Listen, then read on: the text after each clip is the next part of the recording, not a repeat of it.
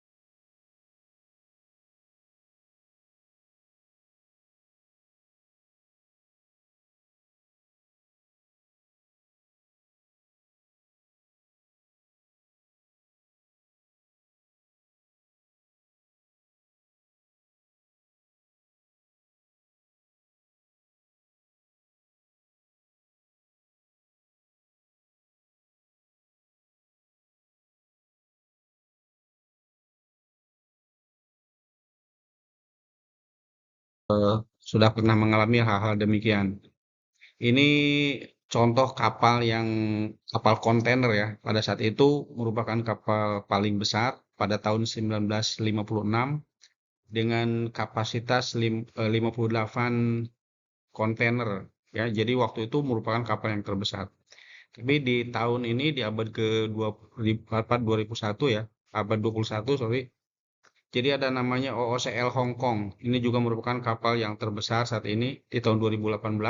Ya mungkin ada lagi yang terbesar saat ini dari Maes kalau tidak salah ya. Jadi ini kapasitasnya 21.000 TEU ya, lebih besar lagi. Ini juga ada kapal apa namanya? Kapal passenger ya, passenger Oasis of the Seas. Ini pun merupakan kapal yang terbesar. dan tentu apa namanya memang setiap kapal berbeda-beda. Kalau ini diutamakan untuk penumpang tentunya.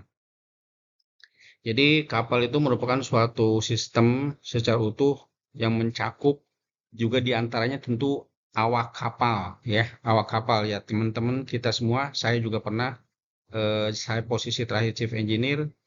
Ya pokoknya di antara kita dari mulai kapten sampai yang paling mohon maaf ya, bukan kita mengecilkan, sampai wiper sampai apa ya tentu ada juga wiper, ada juga EB ataupun bahkan di bawah EB itu ada apa namanya OS ya.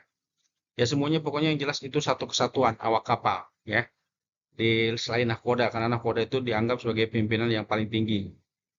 Kemudian ya key elemennya tentu human ya manusianya. Manusia itu sebagai peran utama ya yang berperan utama karena kapal dapat beroperasi tentunya dikarenakan ada proses manusia. Ini tentu harapannya ke depan pola pelayanan itu semakin efisien ya, efisiensi. Perusahaan pelayaran itu demikian. Nah, ini bagi teman-teman Anda sebagai level manajemen ya. Di level manajemen tentu Anda berpikir bagaimana efisiensi ya. Walaupun kapalnya besar, namun bagaimana supaya cost-nya itu rendah ya. Cost-nya itu rendah. Kemudian juga ramah lingkungan. Beberapa kapal sekarang sudah dilengkapi dengan fuel yang sangat ramah lingkungan. Ada yang menggunakan LNG ya, liquid natural gas yang free polutan, polusinya sangat rendah dan bahkan bebas. Kemudian selamat juga tentunya comfort. Namun demikian ya itu semua kenyataannya sorry di lapangan ya tentu bisa berbeda-beda. Apalagi berhubungan dengan cuaca ya. Nah, kita semua juga terkait dengan shift handling, ya, shift handling dan sea keeping atau watch keeping. Ya, teman-teman saya yakin sudah sangat familiar ya dengan shift handling, perawatan ya, perawatan ataupun eh, jaga ya, jaga laut. Ada yang dibilang duty, ada juga watch keeping. Ya, kalau di anjungan ya tentunya dirancang sedemikian rupa yang nyaman atau ergonomis ya. Ada juga otomatisasi ya, automation. Itu pun tentu bukan berarti kita tinggalkan begitu saja. Tentu juga ada juga yang dikontrol ya. Di antaranya ada penggerak atau propulsion, tentu juga ada steering ya. Ada steering itu untuk mengemudikan kapal. Ada juga thruster karena beberapa kapal yang menggunakan thruster ya tentu dapat sandar tanpa bantuan takbut ya. Namun demikian tetap juga biasanya di asis, ada asis takbut untuk menjaga jangan sampai tidak terkontrol. Hal-hal yang mempengaruhi bisa saja dari angin ya, uncontrollable factors. Ini diantaranya ada wind, kemudian current itu arus ya, tide ya pasang surut, tidal stream, then waves and swell ya, wave ya ombak dan beberapa faktor lainnya. Kemudian ada beberapa hal juga yang perlu diperhatikan di kapal yaitu tentunya navigation chart ya, ECDIS ataupun yang saat ini yang apa namanya berupa elektronik chart display identification system ya, ECDIS, electronic chart display identification system. Ada juga tentu peralatan kompas, radar, ARPA, AIS. Ya, AIS itu automatic identification system. Kemudian yang tentunya satellite based navigasi ya, ada GPS, ada macam-macam tergantung dari merek. Kemudian ada juga peralatan komunikasi dan untuk cuaca biasanya ada Navtech, navigation telex ya. Nah, ini beberapa peralatan keselamatan ya, ini hal yang saya yakin udah umum ya, lazim. Ada sensor, kalau di kamar mesin ya tentu dilengkapi dengan sensor, berbagai macam sensor ya.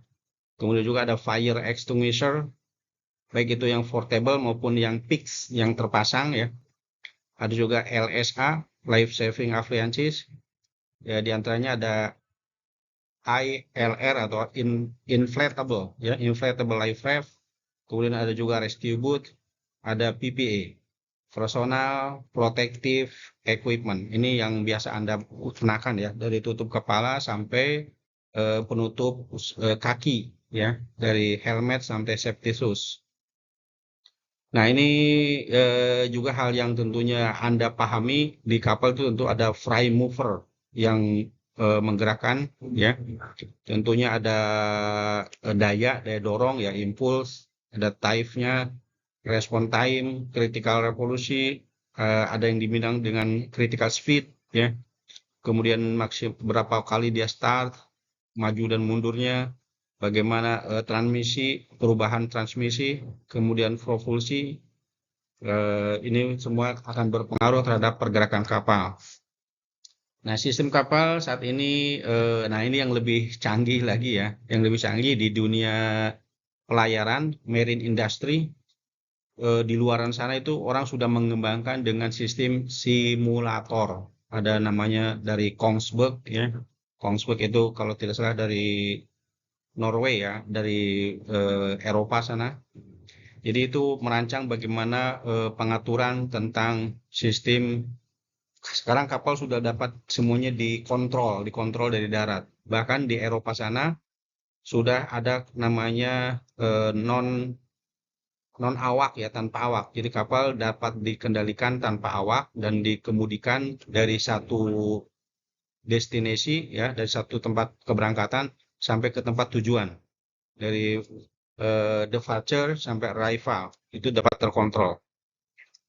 Nah, ini yang menyangkut keselamatan ya. Keselamatan itu tentu milik bersama. Ada beberapa rantai yang terkait ya, terkait keselamatan. Keselamatan itu tentu milik regulator ya. Artinya itu perlu peran dari semuanya. Ada juga classification society ya, atau biro klasifikasi. Tentu juga ada vote authority ya, vote authority ya, sah bandar dan lain sebagainya. Kemudian ada flag state, negara bendera ya. Kemudian ada juga shipping company tentunya sebagai operator kapal, dan ada safety investigator ya.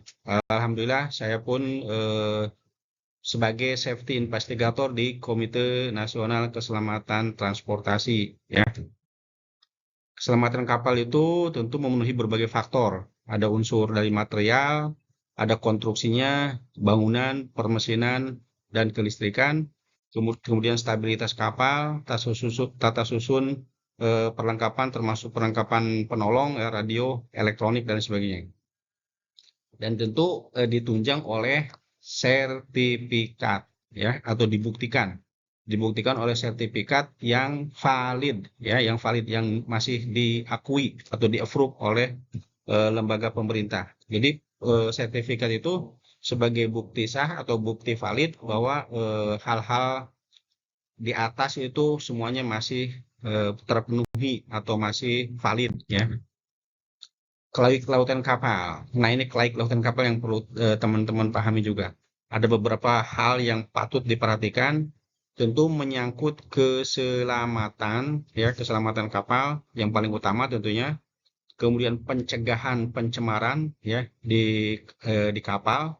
Kemudian bagaimana pengawakannya, termasuk garis muat, pemuatan ya, kesejahteraan awak kapal dan kesehatannya, status hukum kapal, manajemen kapal, dan pencegahan pencemaran dari kapal, kemudian manajemen keamanan kapal dan pada saat berlayar di perairan ya. Nah, ini hal-hal yang berpengaruh tadi. Jadi hal yang berpengaruh itu cukup banyak agar kapal itu dapat selamat ya, tadi yang disebutkan. Bisa dari unsur industri ya, inspection industry, ada insurance atau asuransi, kemudian charter ya, ada juga international IMO ya, International Maritime Organization, ada Port State Control, ada Flag State Inspection, ada Classification Society, kemudian ada juga Ship Owner. Nah, ini semua bergabung untuk agar dapat tercapai keselamatan. Namun ada kalanya ya ada hal-hal yang bolong ya, ada hal yang bolong. Artinya ketika kapal itu bolong, nah itu hal-hal yang dapat mengakibatkan kecelakaan. Nah, ini yang bolong-bolong ini teman-teman harus perhatikan ya, bolongnya itu di mana atau leknya di mana. Jadi jangan sampai bolongnya itu semakin besar dan akhirnya mengakibatkan kapal celaka. Jadi kecelakaan itu tidak terjadi tiba-tiba tentunya. Kecelakaan itu terjadi secara apa namanya? Akumulasi ya, terakumulasi. Ada faktor-faktor ya tentunya yang sangat banyak. Ketika terjadi kecelakaan kerja, itu pun tentu faktornya itu sangat banyak. Kalau kita dalami ya, kalau kita pelajari, tidak mungkin kecelakaan itu terjadi secara tiba-tiba. Oke? Jadi safety itu milik kita bersama ya. Sementara sampai di sini dulu. Selamat pagi semuanya. Salam sehat dan tetap utamakan keselamatan. Oke? Salam sehat untuk teman-teman semuanya. Semoga sukses selalu dalam lindungan Yang Maha Kuasa ya. Selamat pagi dan assalamualaikum warahmatullahi wabarakatuh.